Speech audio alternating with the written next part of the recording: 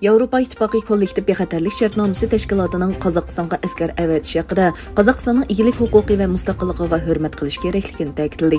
Qozog'iston prezidenti To'qayev davlatning navbatdagi vaziyati sababidan ular a'zo bo'lgan kollektiv bexatarlik shartnomasi tashkiloti davlatlarining rahbarlaridan yordam talab qilgan edi. Yana bir tarafdan Oqsaroy axborot kotibi Jin Pisaki bu hafta Qozog'istonga zo'ravonlik namoyishining orqasida Amerika hukumatining borligi to'g'risidagi ayblashlarni rad qildi. U ismini oshkorlashni xohlamagan Ruslarning Washingtonni qalaymuqanchilik keltirib chiqardi deb xato ayblaganligini bildirdi. Xitoy prezidenti Xi Jinping urush sharoitini ilg'or texnikani o'zgartirish asosida qaytadan loyihalash kerakligini o'tirib qo'ydi. Xi Jinping harbiy mashq orqali urushda g'alaba qila oladigan sarxil qo'shin qurishni talab qildi.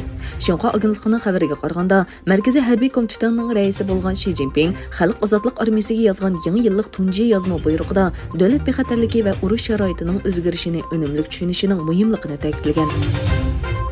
Fransiyada talash tartish paydo qilgan COVID-19 vaksinasi kartasi to'g'ridagi qonun loyihasi Avam palatasida tunji bilet tashlashni ma'qullandi.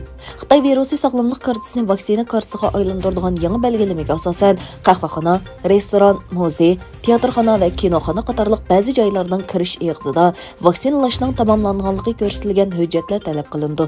Tekshirish natijasi e'tirof qilinmaydi. Vaksinalash kartasining kuchga ega bo'lishi uchun askartish vaksinasi deb atalgan 3-chi vaksinani urdirgan bo'lishi kerak. Ukraina sudi xiyonatchilik bilan ayblangan Ukrainaning sobiq prezidenti Petro Poroshenkoning mol-mulklarini musodir qilishga buyurdi. Chet elda turayotgan Poroshenko 17-yanvar bu davlatga qaytib kelib, bosh taftishi bilan ko'rishadiganligini bayon qildi. Poroshenko Donbas rayonidagi Rossiyani qo'llaydigan bilgunchilardan ko'mir setib olganligi uchun xiyonatchilik va terrorlikni mablag' bilan ta'minlash bilan ayblangan. Amerika Tashqi ishlar ministri Antony Blinken Isroiliyalik mansabdoshi Yair Lapid bilan Rossiyaning Ukrainaga qaratgan tajovuzchilik pozitsiyasi va Eronga munosabatlik masalalarni muzokara qildi. Amerika Tashqi ishlar ministrligining yozma bayonotiga qaraganda, Blinken bilan Lapid telefonda ko'rishgan bo'lib, ikki ministr rayon va dunyoviy masalalarni muzokara qilgan.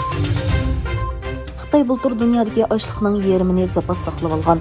Davlatlik yemeklik va strategik zapas saqlash idorasi bug'doy zapasining davlatga 1,5 yil yetarli ekanligini e'lon qildi. Amerika Yezi egilik ministrligining mo'ljallashicha, Xitoy 2022 yil ochliq zapasini saqlaydi ekan. Agar bu xil ahvol davomlashsa, yer sharidagi ko'mir-qo'noq zapasining 69%, go'rish zapasining 60%, bug'doyning 50% Xitoyning zapasida bo'ladi ekan. Bir qism g'arb davlatlari Xitoyning Uyg'urlarga qaratgan kishilik huquq tafsandachiligi sababli boykot qilgan Beijing qishliq olimpik tanharkat musobaqasi to'g'risida Xalqaro olimpik komitetiga yana bir tanqid qildi.